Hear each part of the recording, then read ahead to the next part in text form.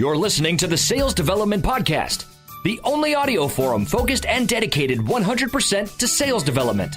If you care about growing your skills and getting more new sales appointments, pipeline, and closed-won deals, you came to the right place.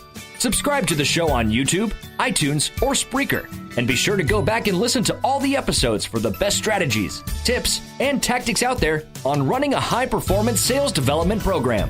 And now, your host, founder, and CEO of Tenbound at tenbound.com, David Delaney.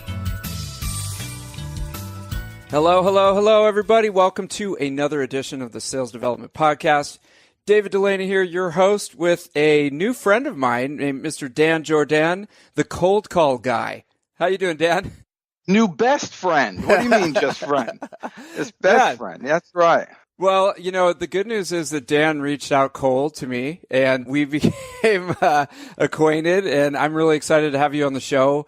Dan, you are the cold call guy. How did you become the cold call guy? What are you doing now to propagate, more cold calling in the world?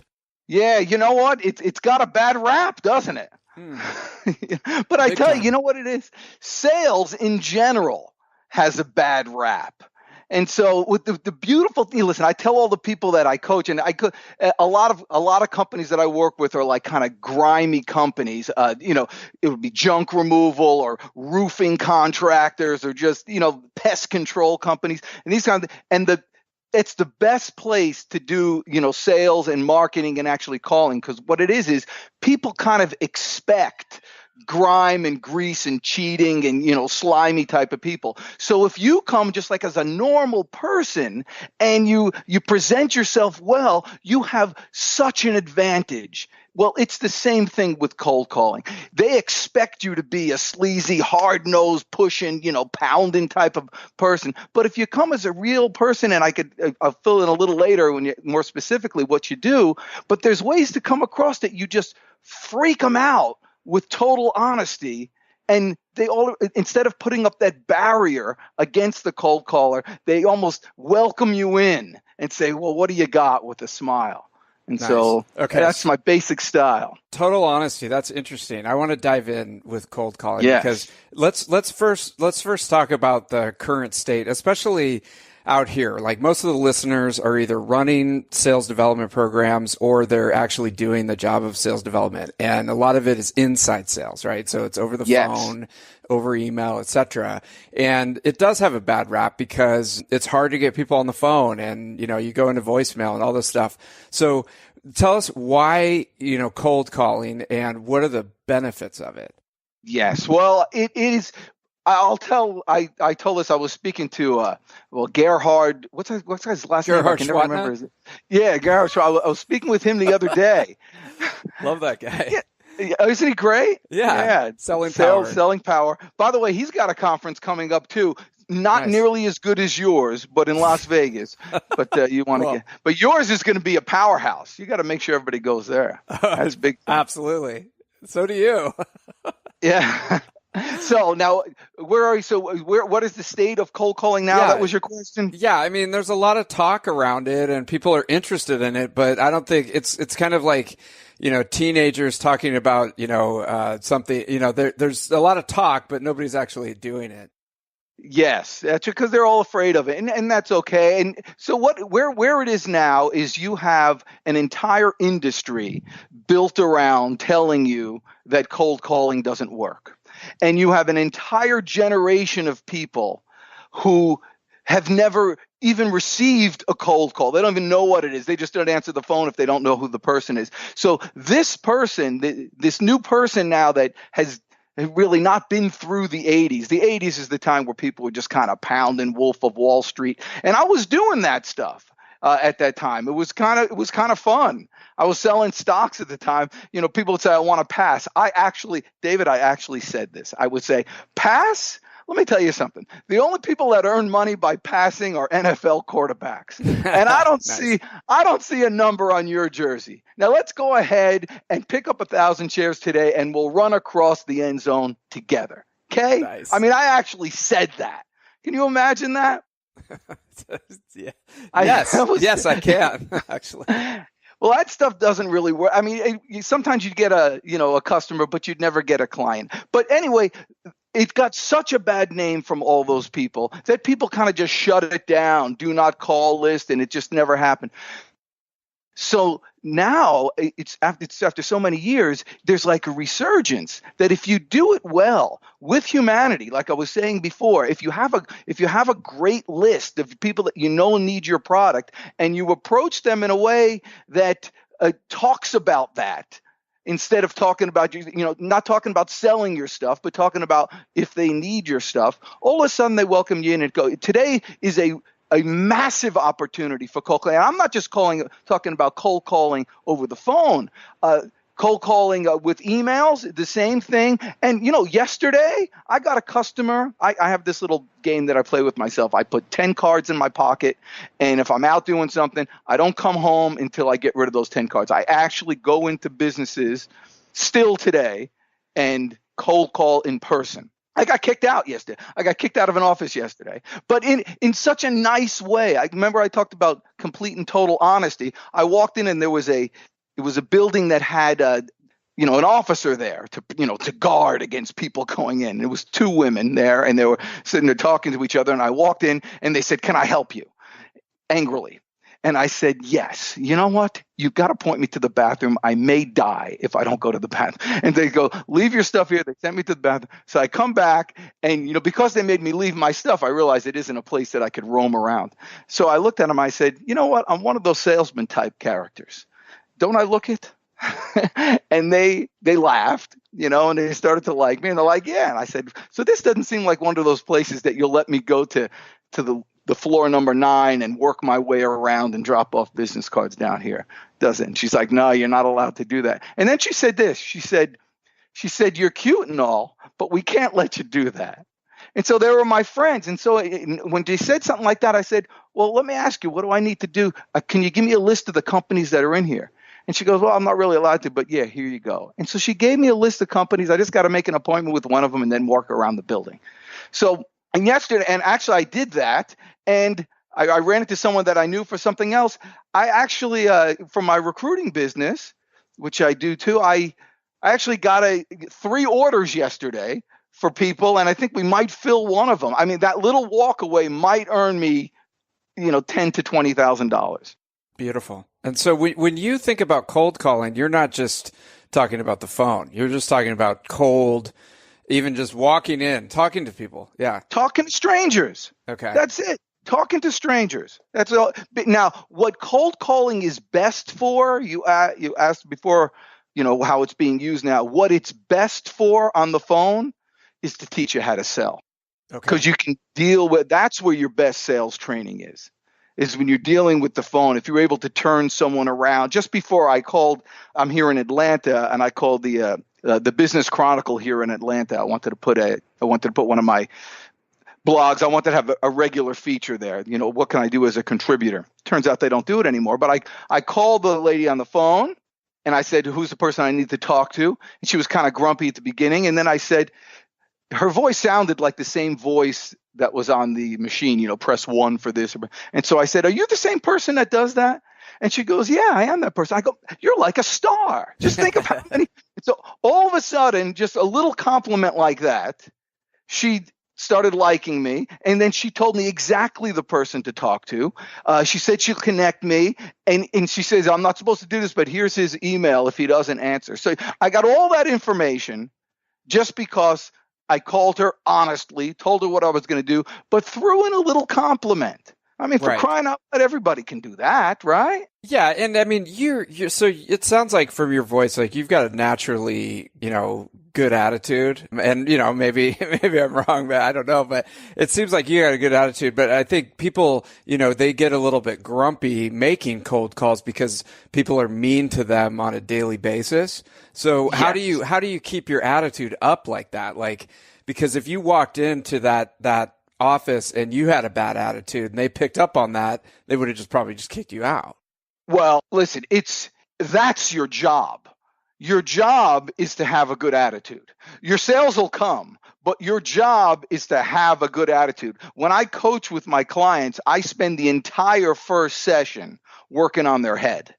You got to get the whole head. I give people tools every day to, like right now, I'm standing up. I wouldn't think about sitting down while talking to someone as important as you. But I mean, because people can feel that.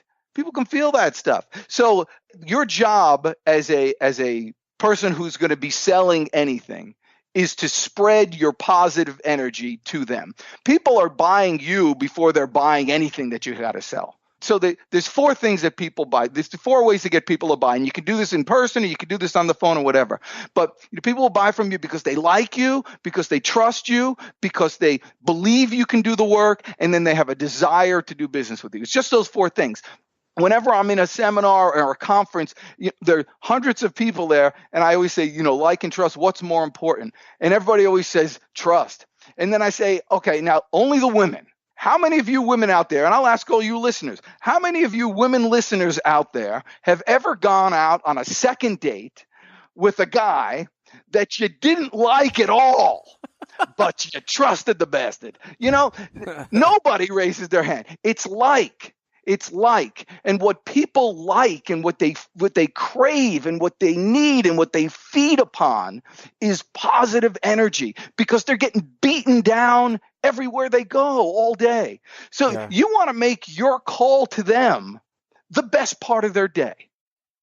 Interesting. Okay. That's funny, because it seems like there is a lot of correlation between dating and prospecting. Because, you got to be able to face down rejection, right? Keep a positive attitude, get your act together when you go out, all those things, right? It's very similar to what we do. And with cold calling or with any kind of prospecting, you have to put energy in your approach. Your approach is the whole thing. If you're not going to walk up to a pretty girl and say, you want to get married. And that's not going to work. You got to do something. Give me something. You're not going to do that. You have to walk up to him and pay him a compliment. I was noticing you from the other side. I don't mean anything by this, but you really just have incredible eyes. And she said, whatever, and you're in. You just got to start with that approach. So it's the same thing with the call. I'm going to teach you the 7 magic words. Are you ready? Stop your car, pull over, and get ready to write this down. This is life-changing, what you're about to get right now. You ready? Yeah. Totally ready. Okay, there's 7 magic words that will get you everything. So when you call someone on the phone, you never say, how are you today? That's like the worst thing you could say. How are you doing today? What they hear from that is, cold caller, put up your defenses, go to your battle stations. That's what they're thinking when you say, how are you doing today?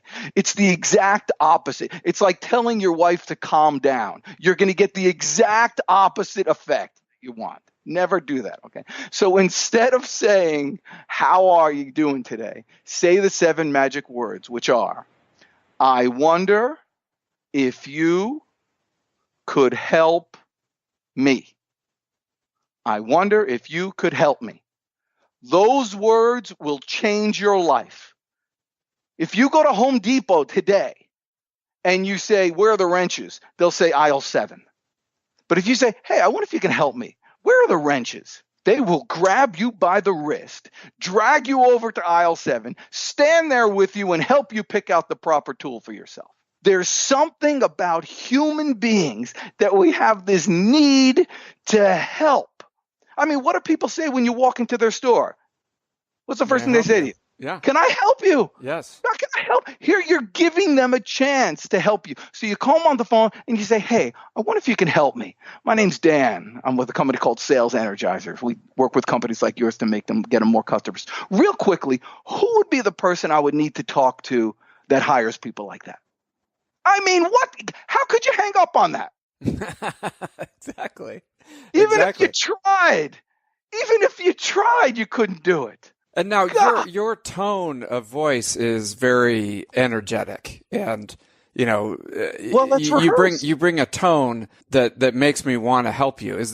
Tell me about the tone of your voice and what you do. Yeah, very important. Well, there's 3 things. There's 3 things that people have that they want to give away. And so if you ask them for it, they'll happily give it to you. One of them is help. If you ask for someone's help, 9 times out of 10, they'll give it to you. They want. Another one is an opinion. Ask for somebody's opinion, and they're more than happy to give it to you. You know, how do you feel about Trump? Just a guy. You don't answer, but it'll elicit some sort of response. Got it. And then the last one, which is a great one too, and I don't use this on the cold call, but I always use this on a sale. I'll ask for somebody's advice. And the reason why asking for somebody's advice is so powerful is because not only are you giving them a gift that they're able to give you their advice, but you're also just told them that they're smart. I mean, you never ask for advice from an idiot, right? Right. You know? Exactly. And so you're helping them do that. So now when you're asking those questions, you can't just say, give me your opinion about Trump, because now you're fighting. So you do it, pretend you're meeting somebody pretend you're talking to someone that's important, because they are. And so then it automatically changes. You have somebody, these customers can change your life. I have a client that yesterday called me or sent me an email, and I work with salespeople individually, really successful salespeople that just want to up their game. And this guy sent me a text. He goes, I just got a commission check for $74,280 some odd dollars. So, I mean, that's life changing. You know, so you have a customer, that all came from the customer. You have a customer who can literally change your life. What kind of tone are you going to talk to with that person? You know, that's a year's salary in just one commission check. Of course, you're going to pay respect to these people. And so I say, hey, I wonder if I could just ask your advice about something. What would somebody have to do to work with your company? How did you get started? Let me get your advice. You know, it's all about, you change, you be contrite, but you be sincere. Got it. Okay. And let me ask you this. So it's getting harder, with the phone. Like, most of the people are reaching out over the phone. So they're trying to find strategies to have conversations with people, but it seems like maybe it's in the tech industry, because that's mainly what we're involved with, but it seems like it's harder to reach people. You get a lot of voicemails. It just kind of rings out. What do you do in that case? Is it just a matter of increasing your volume, or are we supposed to be doing something different? Well, cold calling is really what I talked about. It's really good about building relationships and things like that, or helping you with your sales skills. But the best way to utilize cold calling is part of a system. And so, if you're the first part of what I do is I train my salespeople, the people that I work with, to be individual kind of sales machines. So it used to be in the day, you work for IBM, they have a whole mainframe computer for you, they work all your data, your CRM, everything's in there, and they have the system, they have the role, you just follow it left and right, and then if you leave them, you got nothing. Well, now everything's, because of you people in Silicon Valley, all that kind of stuff, all those big platforms are so darn cheap. I mean, everybody has their own CRM. Everybody has their own, email automation campaigns. Everybody can create their own kind of little mini businesses is what I do. I treat them like that. So with that said, this is a long-winded way of getting to it.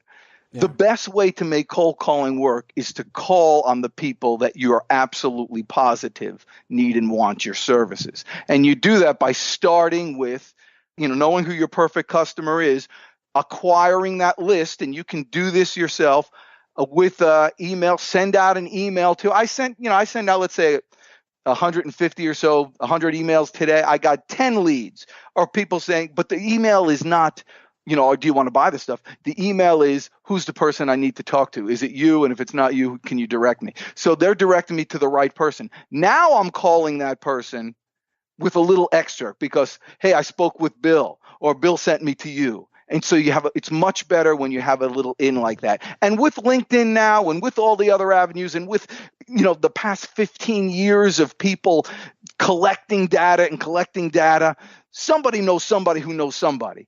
Use a name.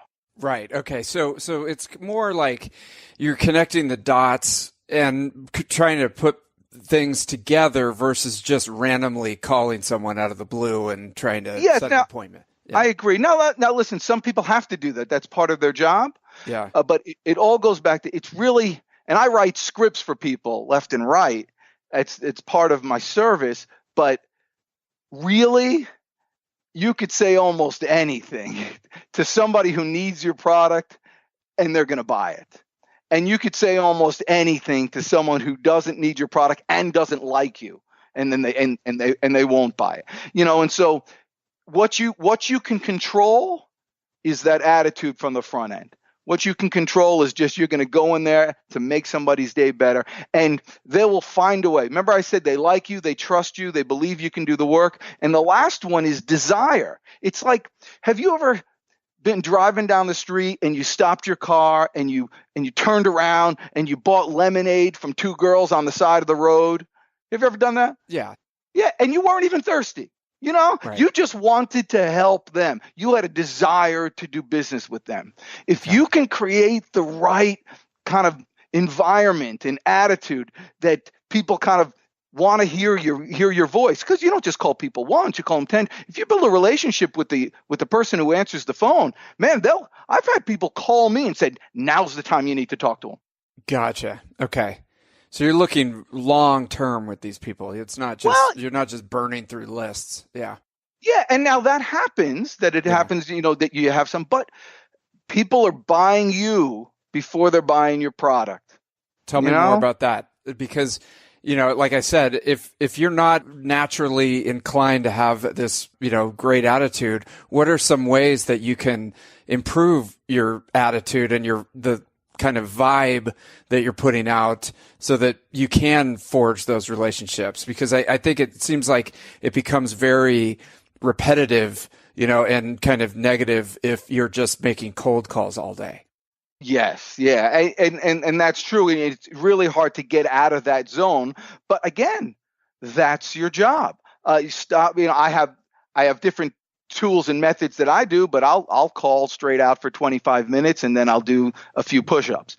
I'll stop for 5 minutes and I'll do some push-ups. Then I'll go another 25 minutes. I stop for 5 minutes and do some push-ups. Every time I get a good call, I reread my goals. Everybody I work with, they have to write down their goals. So I reread every time I have a good call. Every time I have a bad call, I reread my goals. You don't need bigger quotas. You need bigger reasons. Okay.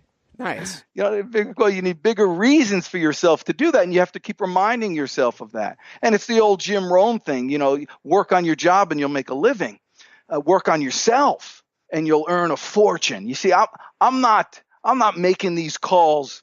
I'm not making these calls, for them as much as I am doing it for me. I need to put in my days. I need to go to bed at night. And when I close my eyes at night and I look at the ceiling, I always ask myself, am I a plus or a minus today? I like that question. I love that Jim Rohn too. If folks on the phone haven't digged into Jim Rohn, I mean, he's the true business philosopher, right? I should have just said that. That's what I do every morning. I wake up at 4:30. From 4:30 to 5:30, I do some emails and I get them out. Yeah. And while I'm doing that kind of menial stuff, I'm listening to Jim Rohn on YouTube.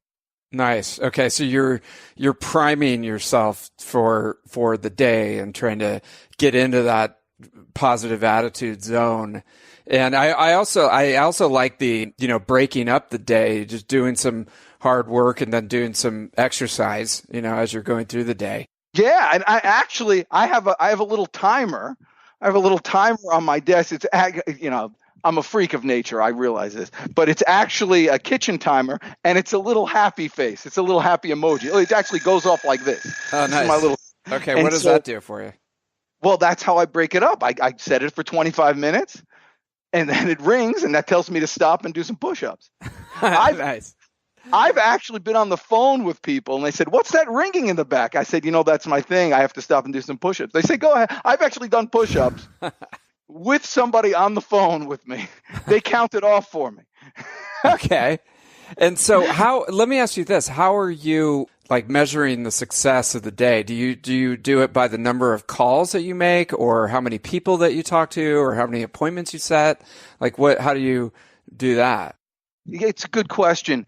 And I've trained a lot of people with this and all that stuff, but I always tell people, you can only measure that which is under your control.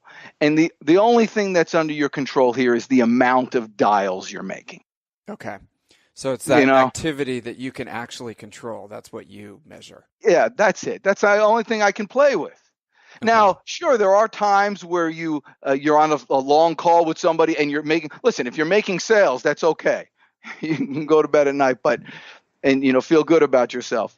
But I think it's really important when you put yourself a goal, whether it's 50 or 100, dials or whatever your goal is, or 200 or 300, whatever your goal is, really important to do it. There's something almost kind of mystical about it, that if you don't finish the day's work, you're starting from underwater the next day, and you really have to dig yourself out. And that kind of digging yourself out, because you may have missed something, and that deal that you would have had yesterday because you didn't make that call is now gone. And so it plays on your psychology. So it's just important for myself just to finish the day. I write my agenda for the day, and I encourage people to do that, and I just try to finish it. You feel good.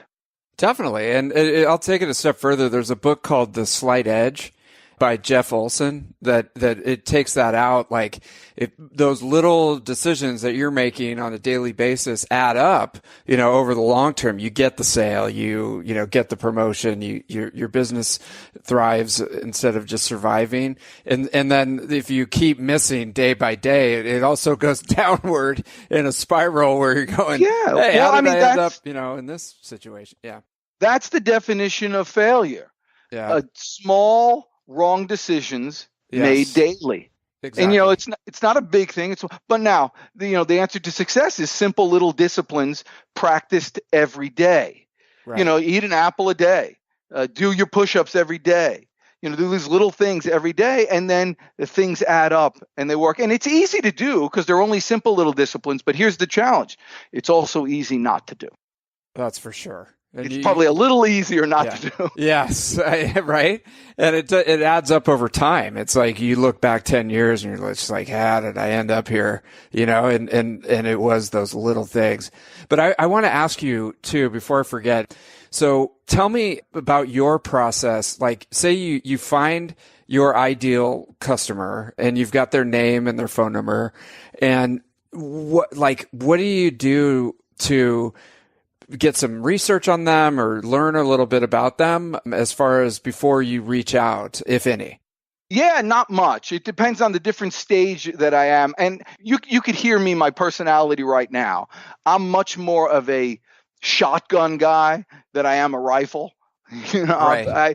It's tough for me to sit still. And so I rather call 200 people than, call 10 that are, rifled and I know exactly what they are and who they are and all that stuff. That's just me. And I need motion. So if I have to do that kind of research, I'll do it on off hours when I don't have to do stuff.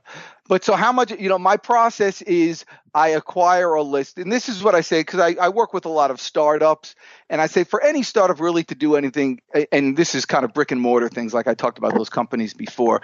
Of course, internet companies are way different. You have to get a lot more. But really, if you can get 300 good prospects in your area, like for a consultant, if you had 300 good prospects that you're talking to on a regular basis, you're just kind of set. And so to get those 300, you probably need about 3,000 names. And so I'll put together a list of those 3,000 names. And a good list. For instance, I called you regarding speaking at your conference, which everybody listening really needs to go. It's that good. Everybody good is going to be there. You'll learn a lot. You'll walk out of that convention and conference with actionable tools to take and earn more money that exact day, plus mingling with everybody. It's just a giant atmosphere. So people need to go there. So I called you, but before I called you, for weeks and weeks ahead of time, I've been compiling a list. I go on Google and I see all the conventions that are coming up, and then I get your emails, I get your names or whatever, and I send you a quick email. And out of those, some people are going to respond. And out of those, some people that respond, I'm going to start a relationship with and go with that. And that's And the difference with me is, instead of everybody else who plays around with the email, I'm going to hop on the mother phone and say, hey, I just sent you an email, and start a relationship, and just get it going. So that's what I would suggest with all those people. So you start a list with about 1,000 or 3,000. If 10%, out of those 10%, you can generate some sort of thing, then you have 300 leads. Then it works on the regular sales process where you don't follow up, you follow through. Regular, and keep moving on. And then, when they have that need, it really becomes a risk for them to pick anybody else because they already know you. And they even have forgotten that it all started with a cold call or a cold email. Yeah, you're just the guy that can solve that particular problem. Now they have the problem and they're going, hey, who was that guy? Yeah, they give you a call back. Yeah. And that they're having the problem ahead of time. Yeah. And so. It's interesting because that makes a lot of sense. And I think the way that sales development teams are set up at a lot of companies out here is, they're always churning through lists and territories, and the SDR gets promoted or they leave the company. And it's like, it seems like it would make a lot of sense to go, okay, let's start with like 1,000 accounts, and we're going to identify all the people that are involved in this product. And then we're going to stay on them for like 3 years, consistently with the same person. Yeah. How much does an email cost? How much? And with all these other companies like Nudge and all these things that tell you the things that are doing, all the research you can get from all these things. There's always something to talk about. There's always some value to add. If you're looking for it, you can always find something that you can help them with, something they didn't know about. Yeah. And it's like, I feel like a lot of effort is kind of dissipated because somebody will come in and they'll get a list of like 50 accounts and they'll start working on it and they'll start building it up and sending emails and making phone calls, and then they move on and nobody is kind of picking up on all that work that was done. So, unless they set some award-winning appointments, then it's basically like nothing happened, Yeah, that's why when I work with individuals, I tell them, man, they're your accounts. It used to be the company's accounts, but now they're your. Nobody knows that you don't have another. And I go into companies and I'll tell when I give presentations, I'll tell the company this. I go, these people here are just about as loyal to you as you are to them. When you get bought out, they're gone. They could either go with nothing or go with some skills that they learn and the relationships that they have. So everybody needs to have their own kind of contact list. Everybody needs to have all that stuff and their own process and programs. So cheap now. Right. So what you're saying is like build up your it's you Inc. kind of. You build up your network, and even, LinkedIn is a great resource, but even go so far as set up your own, Rolodex. They probably don't know what a Rolodex is, but your own CRM for your own David, personal that's why you get paid the big bucks for the Sales Development Podcast. You just hit the nail on the head. It's exactly right. You're yourself. It's your own business. It's your own contained little. You're only responsible for you and your family. For crying out loud, of course, get your own CRM. It's like zero. You can get them for free, for crying out loud. Yeah. High rise. You can get any. If you don't have your own, you're nuts. Everybody should be incorporated. Everybody should be on QuickBooks. It's $9 a month. Yeah. Get on QuickBooks. Because when you start visualizing yourself as a business, then you start saying, well, hey, every business markets. I guess I'm going to have to market. I work with a lot of people that are, high price salespeople or administrators or executives, and then they, their business gets bought out or sold, or they're not quite there anymore. I guess bought out and sold is kind of the same thing.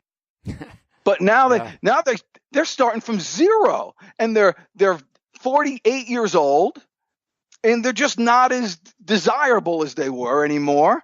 And they're running around with nothing. They have no. I go, what happened to all your contacts for the past 20 years that you've been working there? Oh, it stayed with the company. What? That's a huge what is that? mistake.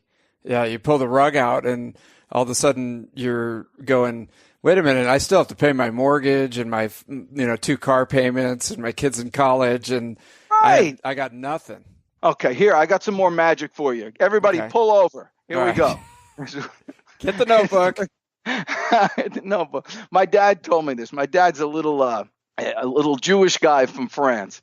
I only say that because he has a little accent. Whenever I talk about him, I put on his accent. And he's gone a couple years now. But when I was first getting going, I was graduating high school or whatever I was doing, he was the foreigner, and everybody owned their own business. Everybody in the neighborhood owned their own business because there were a bunch of Jews there, and there ain't no Jew in middle management. That wasn't the road. They owned the shoe store, they owned this, they whatever they did. So that was the kind of expectation. And so he says, Danny, what are you going to do? And I said, I'm going to get a job or whatever. And he says, okay, well, remember this. He says, Danny, you have a job, you have one customer, and he's called a boss. And if he gets a wild hair up his rear end and decides to fire you, you got nothing. But if you're a salesman, well, then you have 100 bosses, but they're called customers. And if one of them fires you, who cares? You got 99 more. See, security doesn't come with having your job, your sales job and your BDO job and all. Security comes with the ability of knowing that you can create an income anytime, anywhere, anyhow. Build your own machine. That's what makes you secure. I love it. I love that story. And I feel like dropping a mic right now. There we go. Drop it. No, I got to tell you, because I grew up in a very, very opposite environment where it was just like, go to school, get a regular job and, work at a company. And I mean, it was like, that's all that we knew, and anything around entrepreneurship was not even discussed because there was no familiarity whatsoever. And, it is a scary predicament when you attach all of your identity and, your effort and all your energy to a company that at any moment, like your dad said, at any moment, if a boss comes in and doesn't like you, you will be pushed out. I mean, no matter how good you are. Yeah. If the son-in-law comes into business or this, a million things. There's a million things. And basically you're giving up your power to some extent. And I love what you're saying. I mean, you have to learn to talk to strangers because that's how you will be able to survive, especially in this world that we live today where, the companies are blowing up one after another. I mean, the old, way of living is being replaced by the point where we're all becoming entrepreneurs. Yeah, and it's only going to get more than that. And the entrepreneurs that succeed are the ones who know how to sell. And the ones who know how to sell know that way because they have a system. And cold calling is a component of it. It brings it all the way around. And one last thing, I'll let you drop the mic, but I want to just say one last thing is there's in the tech industry, I mean, they really try to suck you in, especially if you're like a software developer, but it's also in sales. I mean, they try to get you in, they get their claws in you. They give you this big salary and benefits, and you get a black t-shirt with the name of the company and a Mac, and they post it on LinkedIn and everybody's all excited. And then 2 to 3 years later, the guy is at a different job in a different industry and he's posting his Mac and his black t-shirt and stuff like that. Well, it's just like, you got to understand, like the companies want you around. They're investing in you and they want you to be productive. That's why they give you all that stuff. But, to Dan's point, like you also got to think of, hey, what am I going to do if this company doesn't exist in a couple of years? Like I got to worry about my own skills and, go over to coldcallguide.com, right, and do one of the courses. Go to coldcallguide.com. This is what you need to do. Download the ultimate guide for cold calling for beginners. It's free. Of course, you're going to get on my email list, and I'm going to pound you for the rest of your life. But it's worth it.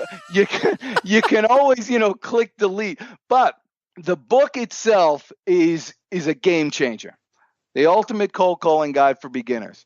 It'll just say, you just don't take yourself seriously. Work on yourself, but don't take the job seriously. I'll leave with one other thing. I made, when I was a stockbroker, I probably made, hundreds of thousands of calls. That was my thing. I could get more accounts than anybody else. I just make a lot of calls all over the area where I lived. Not once did I ever go to the supermarket and somebody stop me and say, "You're the bastard. You're the guy who called me with all this." Not once. People don't remember you. They're thinking about themselves. They don't know a thing about you. They don't care about you. They care about themselves. Dial the next number. Forget what happened before.